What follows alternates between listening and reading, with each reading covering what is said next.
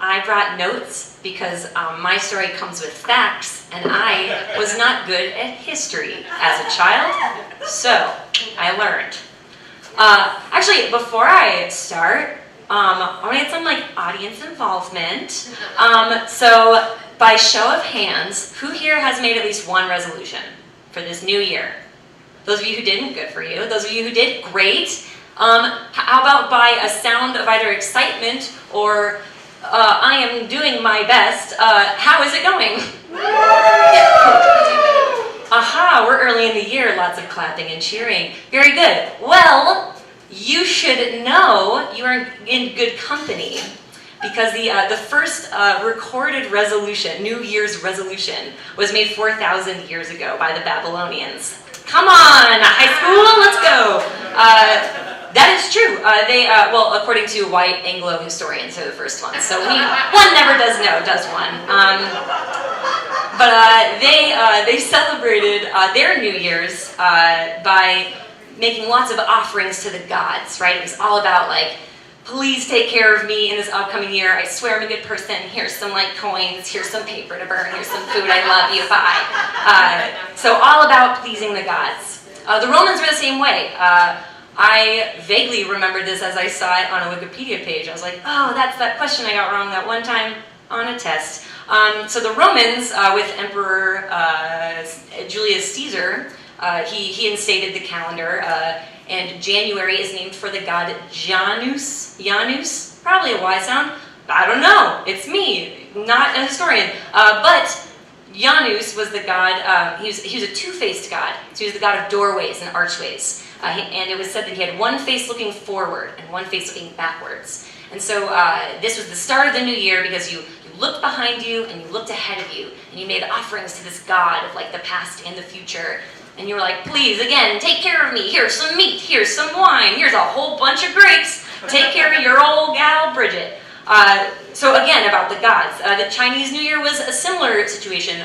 Even though the actual organization of the year changed with every emperor, it was always accompanied with, again, many offerings to gods, as well as this super sweet thing where they would clean out their houses of inauspicious breaths. It was bad breath that was exhaled during the year, so they'd sweep it out because they didn't want to offend the gods. So I did all this research trying to just figure out what to talk about because when I'm nervous, I turn to research. So I'm a fun girl to hang out with. So cool, just so cool. And I just kept coming up on all these things about gods. And I love that you said you were Catholic, actually. I can always count on a fellow Catholic being in a room in Texas. I'm always I feel like there's something we have in common. And then they say something and I'm like, oh, that's what it is. Religion. So I grew up very Catholic, and so I'm researching all of these things about gods, and I'm trying to find my place with resolutions because this year was very different for me too.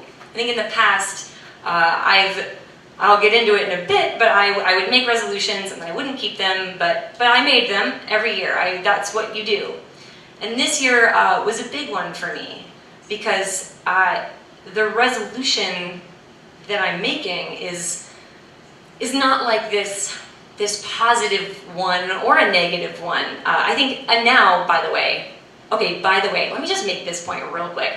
Now we act like resolutions are secular, right? We're not doing it for gods, I'm doing it for me. I'm gonna floss my teeth for me. I'm gonna lose weight for me. And it's not really for you, is it? Because it's a capitalist idea anyway. So who's the god here? Probably capitalism. Anyway, I'm just saying. I'm just saying. It's all product oriented. Anyway, I was thinking about what I want to do this year because I have a lot of things I want to do. I also want to finish my novel, God willing. No one's going to publish it, but it's fine. I want to finish it at least. I too would like to floss my teeth. I don't do that. I don't know. I'm trying. But the big thing that I want to do this year, again, it's not positive or negative. It's not really a movement. It's a stoppage.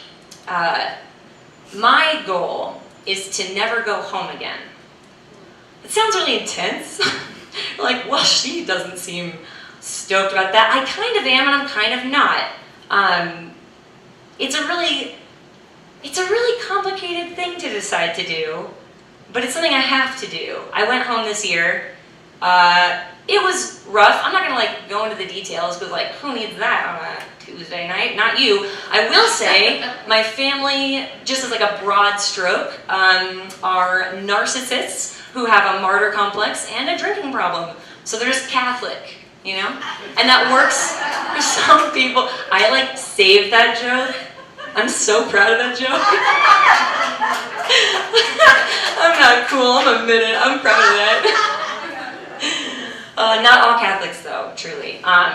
Some Catholics are great, but mine happen to not be great. So they're rough for me, and I've decided to not be around them. That's complicated enough, but I also have a complicated relationship with resolutions, because having grown up Catholic, I think when you're in Catholicism or a religion, when you leave a religion or Catholicism, you need a God. Maybe that's just true for people in general, I don't know.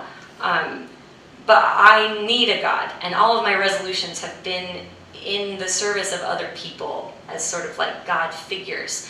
So I remember when I was like 11, I made this resolution like, this year, I had the headgear, this year, I'm going to be happy. Like that's one that just like followed me a lot. I was always making a resolution to be happier, or to be more outgoing, or to just get over it, or to lose weight, because that was a fun one that my mom gave me. Thanks, Mom.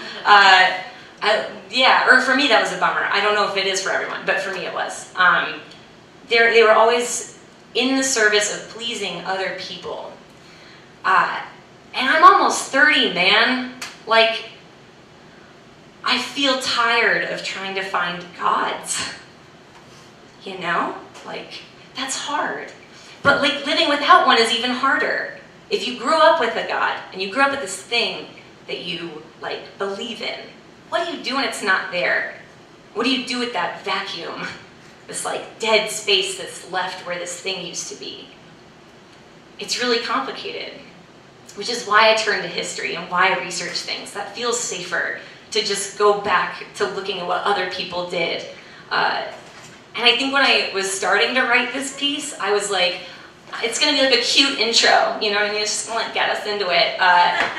Like let's just learn about how people made resolutions. But I think I realized like 30 minutes ago, like the true value of doing that research is also realizing that because nothing is new, because nothing is ever truly created anew, there's always something that's happened in the past that's happening again. I know for a fact that one of those fucking Babylonians looked around and was like, no, I'm not going to do this anymore. Or one of those Romans thought, it seems like bullshit that this guy just gave us a month and that's like what we do now.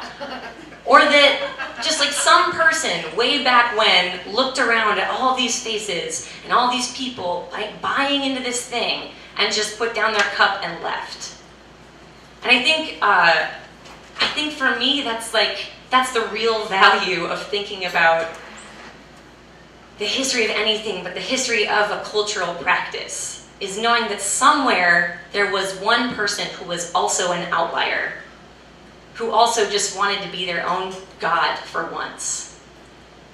So I think in 2019, as I make my way like self-orphaned, I'm gonna be learning a lot about how to like please me, which sounds lame. I don't care. Yeah, it'll be about like 2019. I want to be my own goddamn God. Thank you.